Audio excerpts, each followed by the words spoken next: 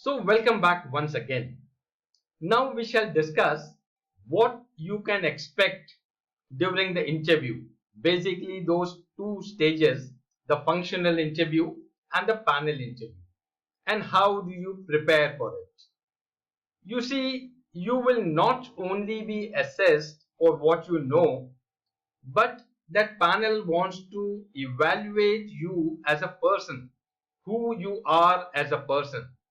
So the moment you enter the room, your assessment begins. And by the time you enter the room and walk up to the interview table and occupy your chair, those people sitting on the other side would already come to know whether you are worth their time or you are not worth their time. The way you enter the room, the way you look at them, the way you walk up to the table, that will give them an indication whether this is the person whom we want or this is not the person whom we want. So before they ask you any questions, the interviewers will ask themselves in their own mind. They will think whether this person is confident enough. Can this person represent our organization? Will he or she remain calm under pressure when provoked? Can we trust this person with authority?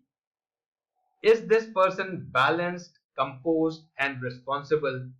All these questions will come into the mind of that interview panel by the time you are entering the room and walking up to the table. And accordingly, they will pose the questions and assess you. If they feel you are not a suitable person, they may not ask you many questions. So generally, longer the time they spend on you interviewing you, you can get a hint whether you are suitable for them or not. If within a couple of minutes, if they say okay, thank you, that means you have not done well. It is not a thumb rule, but those people will spend time on you only if you are giving them something which they want, isn't it? Now it is not that these qualities which I have just spoken, they are not required in technology, IT or AI focused roles. They may be more important for managerial and leadership roles, but they are also important for AI, technology and IT roles. So therefore, don't ignore them. It is just that these qualities may not be as important as your professional skill if you are in a IT or high tech role. All right. So even if you are preparing for other roles, have a look at this lesson or this entire section in fact. Now, how do you prepare yourself for the interview? $1 million question. These are the things that you have to be prepared with. Your mental preparedness, your physical preparation, how are you going to create the first impression on the panel when you enter the room, how you sit, how you speak with them, how you handle disagreement, because on certain things the panel will disagree with you, and on certain things you will have to disagree with the panel. But then how you do that, that is very important. Then your body language and your interpersonal behavior, we shall discuss each of them in detail. All right, first comes your mental preparedness. You see, your behavior will improve if your mind is clear, calm and you are relaxed. So the night before the interview, have a very sound sleep. Forget about everything. Have a nice sleep and be fresh when you get up. Don't have a late night if you have an interview on the next day. And arrive at the interview venue about 15-20 minutes prior to the scheduled time. Don't try to rush. It should not happen that you are entering the interview room when you are fully exhausted and you are sweating. Shouldn't happen like that. Take a deep breath before you enter the room. First of all, arrive early. Have a look at the surroundings. Take a deep breath before you enter. Don't be anxious. Don't be afraid. Don't let negative thoughts come to your mind. We all are human beings. Negative thoughts do come to our mind, but try to avoid them as far as possible. And then your physical preparation. You see, you have to wear a simple and professional clothing, depending upon the country in which you are. Formal clothing is always preferred in whichever country you are. Normally, a shirt and a tie, that is what is expected. Your hair should be properly groomed, properly cut. And if you have kept a beard, then it should be groomed. If you are clean shaven, then have a shave, proper shave. Alright? Carry the documents in an organized manner, in a folder or something. Don't carry loose papers. And always remember, you need to wear a shoes when you are going for an interview. If you are in a formal dress, it should not happen that at the bottom you are wearing a sports shoes or a slipper. I have seen people do that. You can try and avoid. Have a proper polished shoes. And do not use excessive perfume. See, normally what happens is the interview panel people, they are sitting there for some time in the room, and suddenly you enter the room with lot of strong perfume. It may disturb them. They may be allergic. They may start sneezing, and that spoils your interview. So be careful about these minor things in your physical preparation. And then the first impression, how you enter the room, how you create the first impression on them. Knock gently and enter the room with a smile. Don't look tense, don't look gloomy, have a smile on your face. And as you enter the interview room, try to open the door as widely as conveniently possible. Don't just try to open it little bit and squeeze in. If you do that, it gives an impression that you are nervous and timid. On the other hand, if you open it extra wide and just leave it to bang behind you, that shows you are careless. Alright? So try and be modest. And when you enter, enter straight with your spine erect, your spine straight. Don't bend forward. Make an eye contact and greet everyone in a loud voice and clear voice. It should not be shouting. At the same time, it should not be so feeble that those people are not able to hear you. Your voice should be moderate. Alright? If you are very low, very slowly, if you are wishing them in a mild voice, then it shows that you are nervous or you are timid. But if you shout at the top of your voice, that means you have rehearsed the interview, you have been tutored, and therefore you are just trying to repeat that. Don't look at the ground, don't look at the ceiling, look into the face of those people and walk straight. Alright? And then when you enter the room, reach the table with a brisk walk.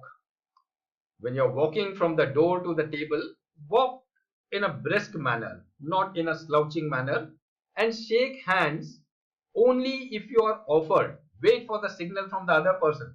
Should not happen that you extend your hand first. It should not happen like that. Let the person sitting on the other side of the table extend the hand, and then you shake hand in a proper manner. Alright, when you sit down, wait for a signal. Don't just go and sit there.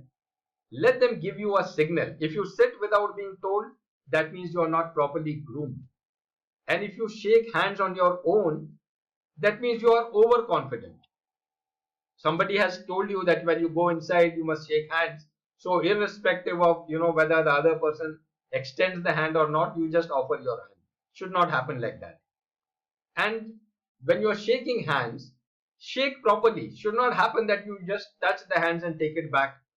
Or it should not happen that you are shaking hand with somebody and looking at somebody else. Very bad manner. Normally people do that. Please avoid it. Alright? And if you shake the hands too tight, that means you have been tutored. You have rehearsed the interview. That does not give a good picture, a good feeling. Alright? Shake hands firmly, look straight into the eyes, and have a natural smile on your face. And as you reach the interview table, before you actually sit down, look at each member with a smile and have an eye contact. Try to understand the difference between an eye contact and staring at the person. These two are different things. Don't stare, just have an eye contact. Sit with your spine straight. Do not slouch in the chair. You may rest your back. Alright, you may sit erect, resting your back on the back seat, but don't lean backward. Alright, and then the initial wait, the most difficult period. See, you have entered the room, you have sat down, you have handed the testimonial file to the other person, to the person sitting across, and when you hand over with both the hands in a very polite and decent manner. All right, then what happens? By the time that person is looking at your documents, what happens? Do not speak while the interviewer is perusing your CV file or your documents unless you are asked to speak. As a matter of rule, once you occupy the chair, the first word which is to be spoken is by the interviewer and not by you. Don't hand over your file and start speaking. Wait for the other person to ask you something. Always remember that. All right. And then another important stage is breaking the ice. You see, you are new to those people are new to you. How to start the conversation? As I have said, the conversation will be started by the person sitting on the other side of the table. So you may be asked a casual question just to make you comfortable, just to put you at ease. They may ask you some casual question. So answer them in brief with a smile. Don't start with a long story. Briefly answer them and with a smile. Don't be tense. Have an eye contact with them. You have to be at ease because the interviewers want you to be at ease. Only after you are at ease, they can start their conversations. All right. So once you are comfortable, the interviewer will start asking you questions. They will start probing your qualities, and the questions may not be in any particular sequence. They can be at random. All right. More often than not, the first question that you will get from them after you are comfortable, they may ask you, please tell us something about yourself. A very normal question. Normally it will be asked. Now, always remember, this is not just a casual question. This is the most significant question. It is more of a psychological question, asking you something about yourself. Because some of the new questions or the subsequent questions which the panel is going to ask you will originate from what you speak. Whatever you speak, they may find out new questions from that. So take this as an opportunity to steer the interview or maneuver the interview in your favor. Speak about those things which you are familiar with and which you can answer them when subsequently asked. Don't, talk something that if they pose a counter question, you have no answer. Don't do such a thing. All right. Now, if you start by narrating your name, your qualification, that is meaningless because all those things are given in your CV, your document. You will be wasting their time on their time. It will only show that you are unprepared and you are mediocre. And if you start repeating those things, your qualification, etc., which is already there in the CV, then that means you are not creative, you are not logical in your approach. All right. And if you cannot find words when they ask you, when they tell you to tell something about yourself, and if you are not able to speak anything about yourself, then that means that you have an inferiority complex or you are underestimating yourself. On the other hand, if you start boasting too much, if you start speaking too much, that will give an indication that you are unrealistic, you are impractical, and you are overconfident. I hope you're getting what I'm trying to say. All right. And if your voice is very low when you are answering them, if you speak in a very low voice, that means you are nervous. And if you are too loud or too fast, that means that you have rehearsed, you have been tutored. Somebody has made you practice the interview and you are just trying to go there and babble it out. So be careful about these points. Speak what the interviewer wants to hear. You have to speak what the other person is wanting to hear, not what you want to speak. Try and understand this, all right? And always speak the truth. Never try to build up stories or tell something which is not true. All right?